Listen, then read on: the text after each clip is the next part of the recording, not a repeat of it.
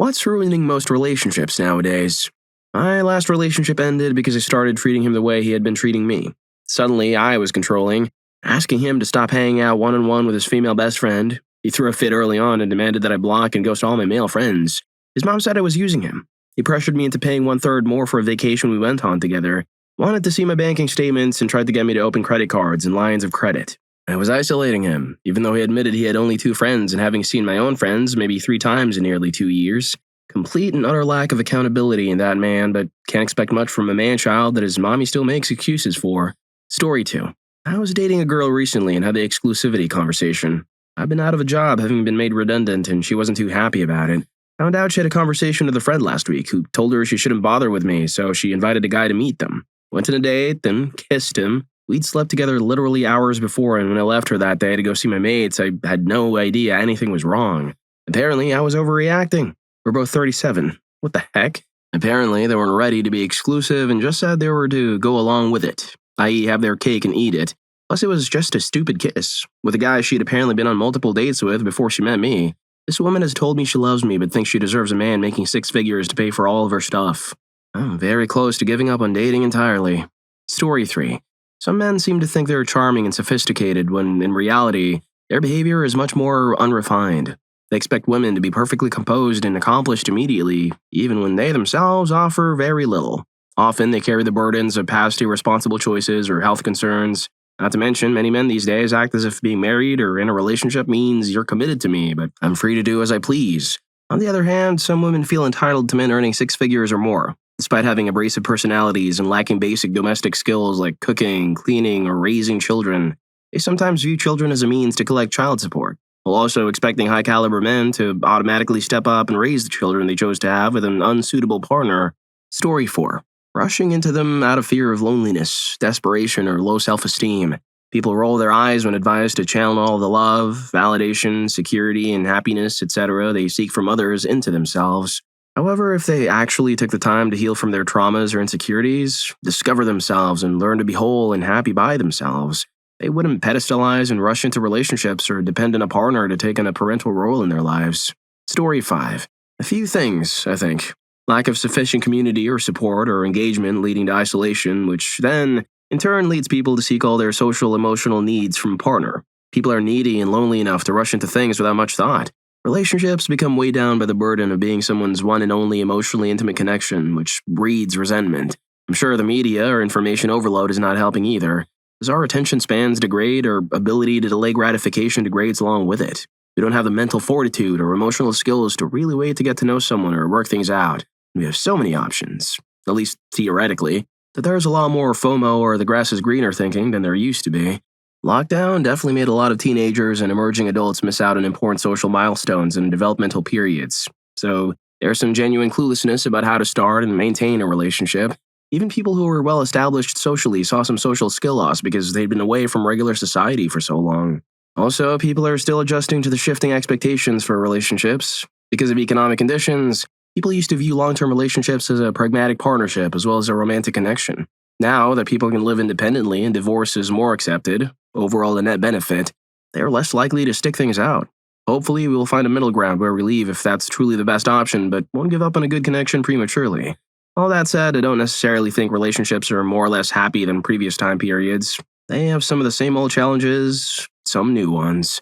Story 6. It's not one thing, but many. Number 1, closed off emotionally. Number 2, constantly looking for better options even though what you currently have is great. Number 3, looking for the slightest thing, the dreaded ick to end it. Number 4, social media clouding, thinking, and comparing your relationship to others. Number 5, unrealistic expectations for dates, and if not immediately feeling it, ending it. Number 6, too many are focused on intimacy early on. Intimacy is important, but there are so many other things to focus on in a relationship. Compatibility, emotional connection, general understanding, etc. Number 7, not being honest with your partner and talking negatively about them when they're not around. I could keep going, but that would be a novel. Story 7. Because of how we use our devices and consume content, we're all training ourselves to be vaguely dissatisfied all the time, even when we're enjoying something. We're left wondering if we should be doing something else instead. I catch myself doing it when I'm watching YouTube, listening to an audiobook, or reading an article. There's an old saying, in the way you do anything, you do everything.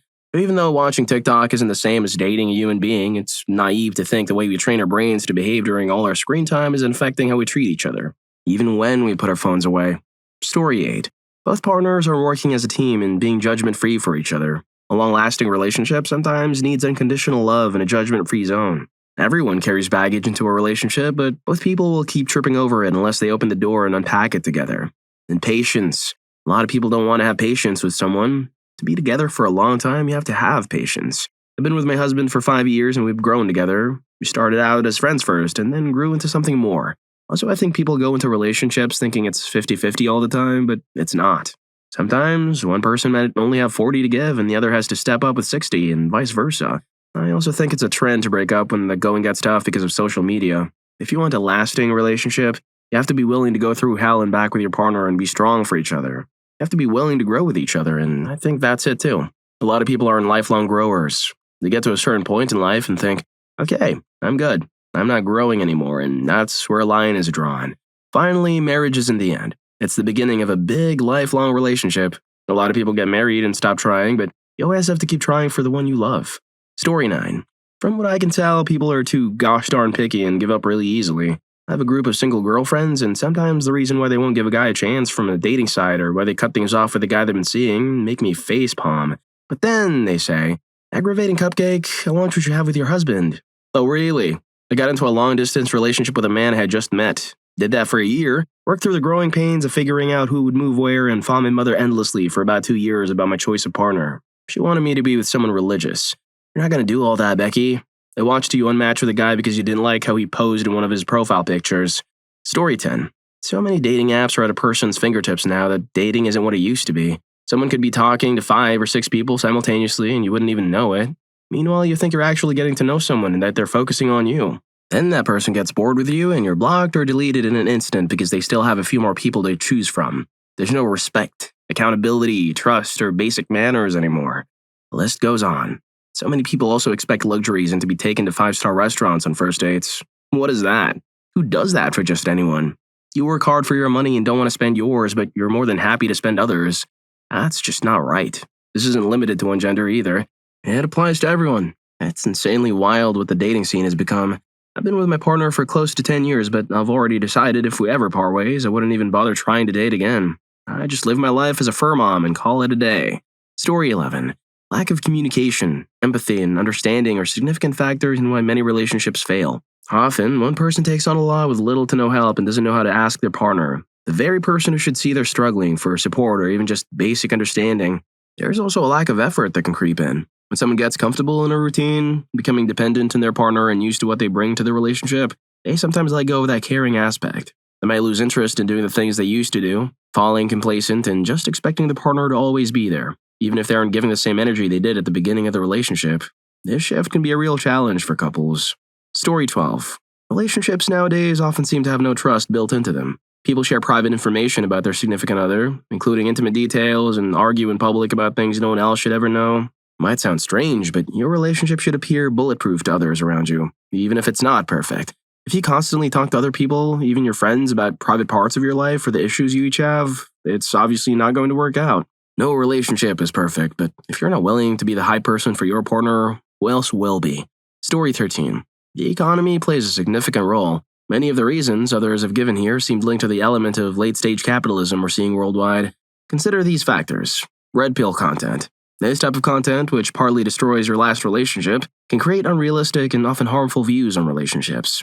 Lack of socialization. People are consuming more content and engaging less with actual people, which leads to a general lack of effective communication skills.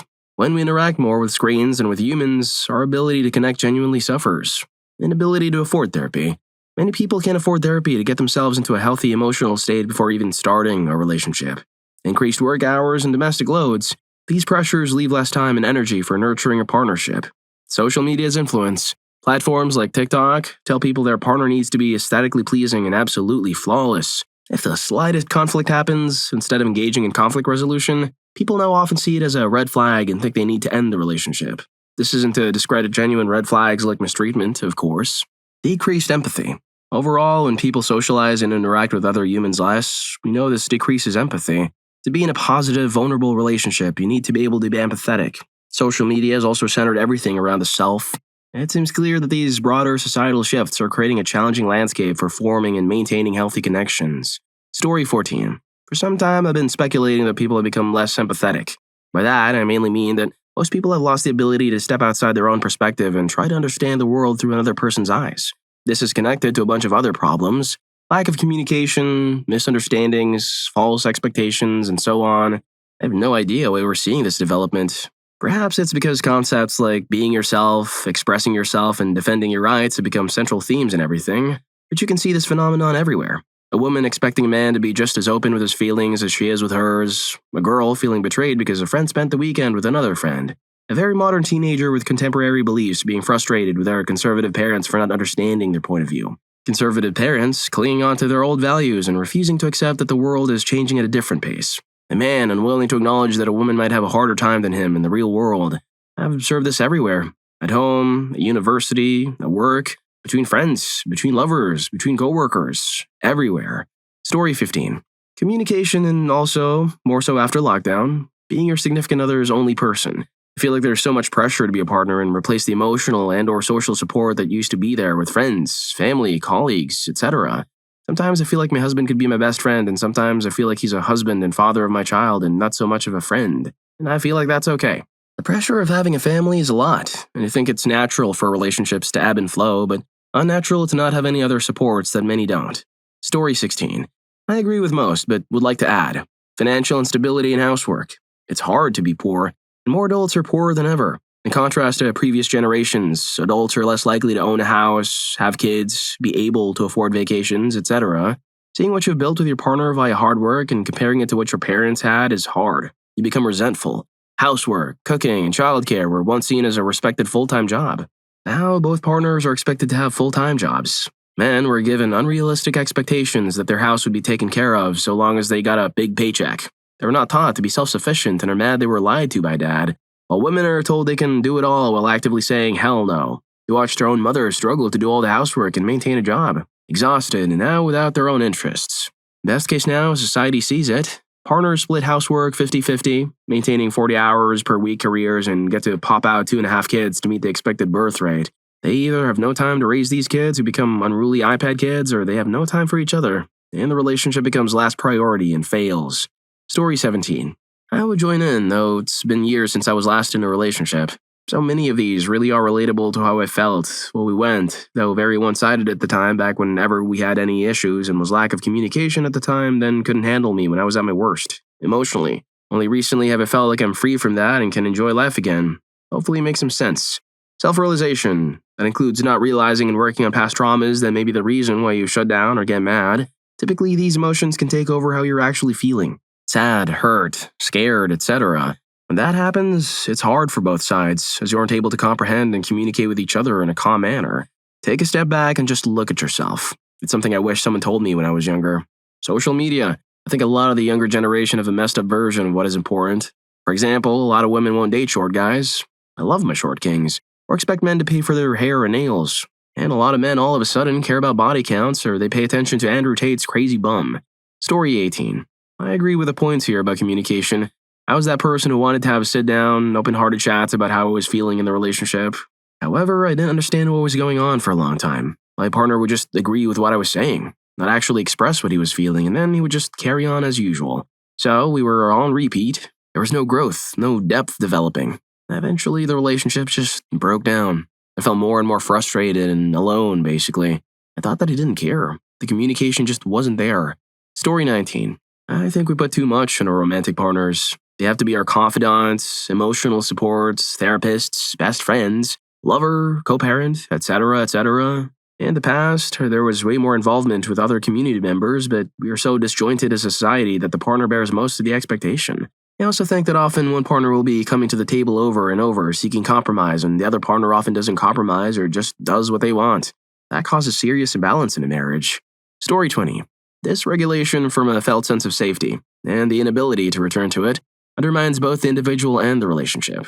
When partners can maintain or co-regulate back to safety, they're able to navigate conflict while holding space for each other. This creates room for honest expression, mutual care, and problem-solving that strengthens the bond. But when dysregulated, survival responses, fight or flight, take over. Focus shifts from resolving problems to defending unmet needs. Communication breaks down as one or both partners no longer feel safe expressing themselves without risk of punishment or dismissal.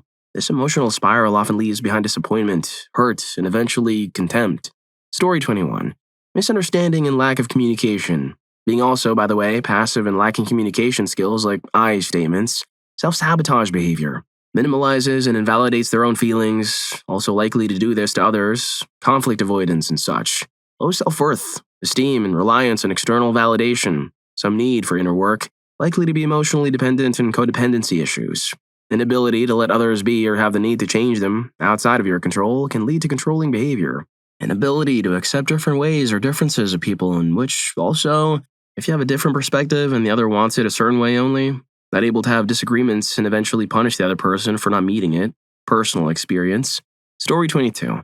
The if he or she wanted to, they would mindset is something I've been thinking about. I'm not talking about reasonable things like knowing your partner well enough to choose thoughtful birthday or Christmas presents they genuinely enjoy. Instead, I'm talking about those over-the-top reels I see, featuring boo or burr baskets and other trendy made-up occasions, overflowing with hundreds of thousands of dollars worth of gifts.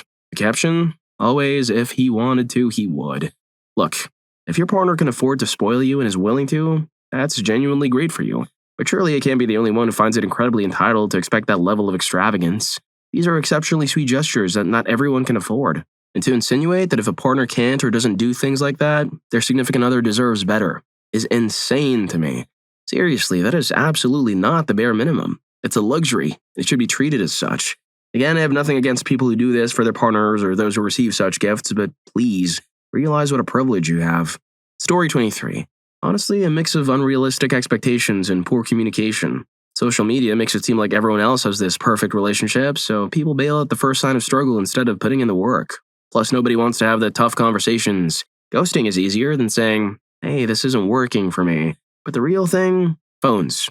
Too many couples sit together in silence, scrolling instead of talking. You can't build intimacy when you're both mentally in separate worlds. That and people forget relationships aren't just about feeling happy 24/7. They're about commitment, compromise, and choosing each other even on the days you don't feel it. But that's not as exciting as swiping on the next best thing. Story 24. Putting pressure on people to see a successful relationship as a one-size-fits-all situation. Some people are meant to be single. Some couples are never going to get married, and that's all okay. They don't really talk about it, but it wasn't too long ago that marriage, babies, till the end was the absolute pinnacle of a successful relationship. I'm saying this as a happily married SAHM. I see too many instances of people trying so hard to have what I do at the expense of what they actually want for themselves out of a phantom pressure to do relationships right. It's 2025. Make your own standard for yourself. If your partner has different priorities that y'all can't work out, it's okay to move on. If you're enjoying the video, don't forget to hit that subscribe and like button for more videos like this. Story 25. Don't know because I have never been in one. I think I'm not in one because I'm so gosh darn ugly and I don't blame women for not liking me. I understand. I look at myself and I see them. I'm just like they deserve someone better than me, and I know that sounds bad. I believe that some of us aren't meant to be with anyone. It brings me down to know if I passed away tomorrow, no one would even care. Maybe for a while, but then I would be nothing to anyone, and that is a fate worse than passing away. Story 26. This might seem a bit hypocritical since I'm using technology right now, but it's something worth discussing. We spend so much of our lives immersed in technology that our lives outside of it often feel less interesting, especially when finances limit our options for activities.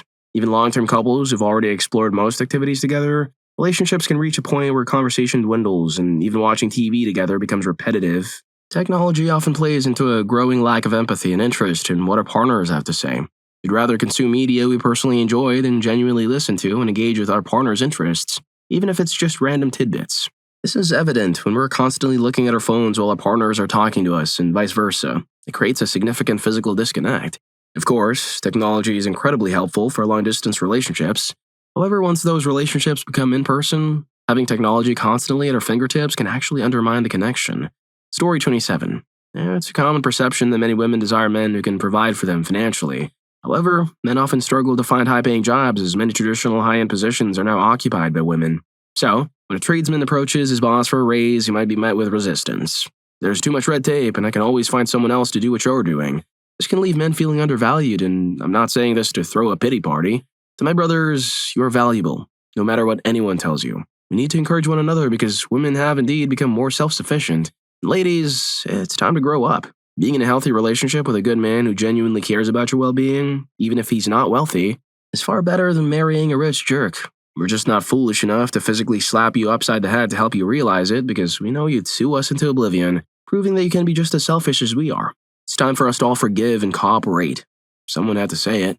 Story 28. It seems I've never truly been in a real relationship. Before I started exploring casual intimacy, I often found myself constantly chasing people, and it always felt like a one-sided effort. On the flip side, the people who did express interest in me often had very strange approaches, a problem I've consistently encountered with women. I was once under the misguided impression that women and men are exactly the same, which led me to expect to be approached in much the same way a guy would typically approach a woman. This expectation was, in part, influenced by the idea that patriarchy is supposedly bad for men, especially with the implied patriarchal standard that a guy should always be the one to pursue. What's incredibly annoying is when a woman says she has a boyfriend, whether it's to set a boundary or, as it sometimes feels, to try and make a guy jealous enough to chase her. The moment I found out a girl has a boyfriend, I immediately lose all interest and decide to just ignore her. I simply refuse to tolerate that kind of disrespect. It's also frustrating when you ask a girl for her number and she gives you a fake one instead of just being direct and saying no. It's as if she believes you'll become violent or pester her if she declines. And then there are those times when you make a mistake and a girl humiliates you by treating you like you're dangerous just because you admitted you had a crush on her. Instead of simply letting it go and minding her own business, she'll get her friends to come over and pester you. Or how about when both guys and girls go behind your back, spreading rumors and then politicize it, leading everyone around you to take potshots as if you're Donald Trump himself? This happens despite the fact that you never voted for him and your only crime has been pointing out the authoritarian hypocrisy inherent in our political dialogues. For me, it feels like a lack of nuance is truly poisoning society. And honestly, I hate the fact that I'm a 30-year-old adult male who has essentially squandered his life by taking a back seat and working in the background. It's like I've enabled everyone else to comfortably spout nonsense they don't understand. Yet they get mad at me for my opinions and act as if I don't know what I'm talking about. After spending over 10,000 hours listening to this kind of stuff, I should be allowed to make some mistakes. Story 29. People often don't realize their own full potential. We too often live lives as halves, constantly searching for our better half, but we need to remember that we are already whole. Being part of a team doesn't make you half a person. For a truly strong team, two individuals need to show up as 150% of themselves. This mindset can often resolve many small issues in relationships. If you're struggling with something your partner excels at, let their ability be your teacher and a source of belief that you are capable too. After all, we're all just mirrors in life, reflecting possibilities back to one another. Instead of expecting them to do it for you or to stop what they're doing to help, recognize that their presence and effort are helping by reflecting capability. As long as they are bringing their 150%, it won't matter who has a momentary shortcoming because there's more than enough strength to go around on the team. If, even with both of you giving your all, the team still isn't working, that's perfectly fine. It simply means that particular team isn't built for a championship, and that's okay. At least you can both be happy and love each other for being your true 100% selves. You can then walk away, or to use a sports analogy, trade players and handle it professionally. Just a thought, something to reflect on. Story 30. It's a common struggle. People often take far too long to truly hear their partner when concerns are voiced directly. By the time they finally listen, resentment has often festered and ruined everything. Beyond that, people seem to discard one another so easily over momentary emotions and conflicts. I've noticed a pervasive fear of conflict these days, even in friendships. Individuals would rather throw a person away than have a difficult conversation, allow the dust to settle, or give chance to resolve an issue or behavior. Alternatively, they'll gradually ghost you and distance themselves instead of being direct. Of course, if there's cruelty involved, that's a completely valid reason to run immediately and not give a chance to change behavior. However, I believe many people are just incredibly flighty now, always convinced there's something better out there. We all have our unique qualities, and it's simply not possible to find an upgraded version of the exact same person without any flaws. Story 31. I've been observing many of my male friends grapple with the impact of social media on their relationships, and it's a significant concern. The core issue seems to be how easily people can curate a very specific version of themselves online. This curated self is frequently used to broadcast problems and seek validation. Users gain the privilege of sharing only the part of the story that positions them as the protagonist, and they receive unmitigated validation in response. This is because they can simply block or delete comments that don't align with their desired narrative, and their audience is inherently more likely to offer support. Ultimately, this problem culminates in a lack of introspection or accountability, as individuals are constantly affirmed that they are in the right. While this isn't exclusively a gender-specific issue, it's notable that women on social media often achieve a wider reach and receive more engagement, particularly from men seeking their attention. Of course, this dynamic surely plays out across relationships involving all genders. I'm simply speaking from my male perspective as it relates to other men. Story 32. Money. I know financial concerns have always been and will always be a factor, but I feel like these days it's particularly hard in relationships. Jobs are becoming scarcer, salaries aren't keeping pace with inflation, and globalization coupled with AI and readily available information are exposing us to greener pastures and depressing content at an unprecedented degree. Back when my great-grandparents were my age, they had 14 children, lived in a 3-bedroom house, grew their own food, kept livestock, and largely survived through barter economies. Life was undoubtedly rough, yet all 14 of the kids loved each other. The parents were married for over 50 years and their relationship worked. Nowadays, though, you can have an apartment, several delivery apps, and a job that covers the basics of life, yet still feel significantly poorer. The only people who seem to be shielded from this are those who already have substantial wealth. They certainly have their own problems, but that's incredibly disheartening to try and maintain happiness in a relationship when every time you pick up your phone to interact with the world, you're bombarded with images of other couples on a beach, buying a house, or getting their kids the latest gaming console. Story 33. Men who believe that relationships between men and women should remain as they once were, and that women should simply accept the status quo. Prioritizing roles like girlfriend, wife, and mother above all else are perpetuating a huge problem. Women are no longer subservient out of necessity. They have increased educational opportunities, their own careers, and financial independence. Consequently, many may not even desire marriage, a husband, children, or the traditional domestic life. Birth control has further empowered women, making it possible to control their reproductive choices and even engage in casual intimate relationships with less worry, thus removing the need for man as a source of security. Those aligned with certain political ideologies, like some MAGA supporters, seem to want to reverse the last 50 years of these advancements, and for what they might consider a good reason. They're witnessing young women increasingly rejecting young men as potential husbands. This male loneliness phenomenon, which is frequently discussed, is indeed real, and a significant number of fertile young women simply don't seem to care. More and more women of all ages are choosing to remain single and even abstain from dating. They simply don't see anything in many men that attracts them anymore. Paris Paloma's labor chant is resonating deeply, becoming a battle cry for women worldwide who relate to its message. They are tired of the unequal labor divide and expectations placed upon them by the men in their lives. The 4B movement, too, is spreading globally, with many women actively arranging their lives to be as free of men as possible. In my entire life, I've never found a man to date who didn't expect me to be his mom, his therapist, his toy, his housekeeper, his personal chef, his baby host, his nurse, and the list goes on. It's truly exhausting sometimes just having a man in your life. Whether it's a father, a brother, a lover, or a husband, it always feels so complicated and you're constantly manipulated into doing more than your fair share of the workload, even if you're also contributing financially. Men often say they want a 50-50 partnership, and that might hold true for finances. However, if you actually find a man willing to contribute 50-50% in terms of everything else, emotional labor, household duties, childcare, etc., you found a rare gem. Most of the time, it's simply not like that at all. Being with a man often means that as a woman, you're expected to compromise in vital ways. It's not just expected that you will do so, but that you will do so cheerfully for the good of the relationship. A lot of women, both young and old, have reached a breaking point where they're simply saying, "Nope, screw that." Men are starting to notice this shift, and they're getting a bit alarmed. I believe they definitely have reason to worry because they aren't doing much to stop it, other than blaming women for being uncooperative and attempting to take away our rights if that's what they deem necessary to rein us in. This, however, is a wasted effort. The more they push back in this way, the more they end up disgusting a lot of women. The main reason things are working between women and men is that an increasing number of men are acting like lazy, misogynistic schmucks. And women are simply not tolerating it anymore. We'd rather be on our own than have to do it all. We can earn our own money, and we can lead very fruitful and fulfilling lives without male partners. More and more women are choosing this path for themselves, and I think that's genuinely unsettling for a lot of men. But ultimately, it is what it is. Story 34. I had a history with this girl from high school. She definitely led me on back then. 2 years later, she reached out and we had a long talk about all the messed up, pathetic things she'd done. She wanted to try again, claiming she'd had changed. But she lied to me within the first 3 weeks, making excuses and avoiding hanging out. I told her I didn't tolerate liars and that we should end things right there. The very next night, I had my first kiss and lost my V-card. Looking back, I was stupid. I honestly should have left that toxic relationship then and there. She continued to consistently break boundaries and constantly talked about her exes. She'd tell me wild things like how she and her ex would cuddle up all day from 7 a.m. to 10 p.m. It felt like 80% of her conversation revolved around an ex or huge Johnsons she'd seen in movies or shows. Within the very first month, she'd asked me for $650, which I didn't give her. She then asked if she could go see an ex who had sent her flowers and a love note, and then had the audacity to ask me to send her more expensive flowers to prove I was better than him. This was all in the same month we became exclusive.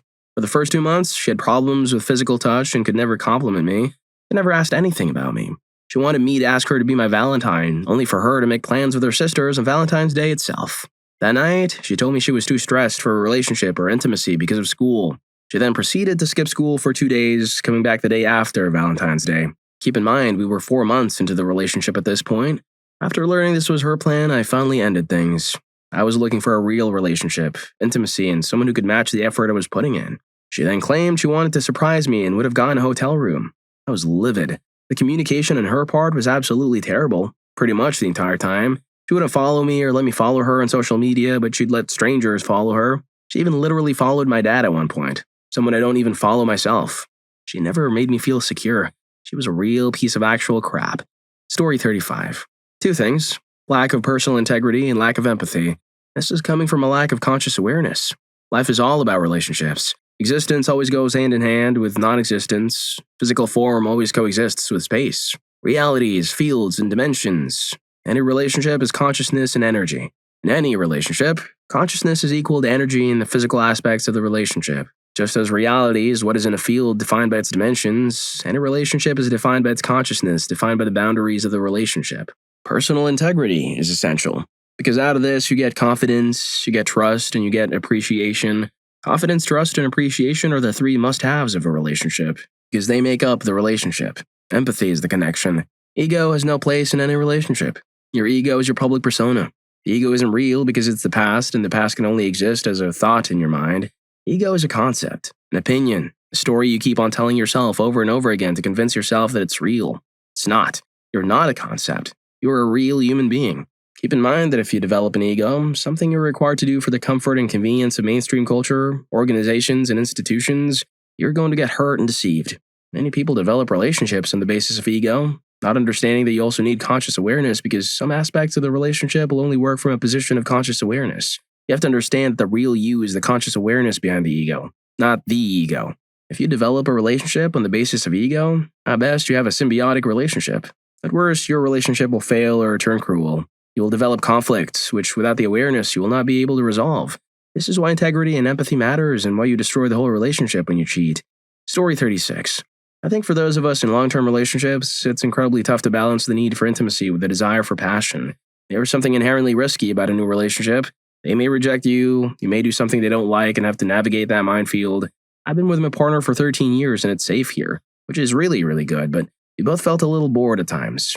You really have to put in the work to keep things fresh because routines can feel safe and secure, but stagnation is a relationship ender. Story 37. I absolutely believe we need to learn how to be on our own first, to be confident in ourselves and to love who we are as individuals. Once we've established that, we can then enter a relationship. And if you look at friends and their relationship patterns over the years, you'll often notice that those who haven't spent a significant period alone tend to jump from one relationship to another. This can be toxic, essentially sabotaging the new relationship before it even truly begins.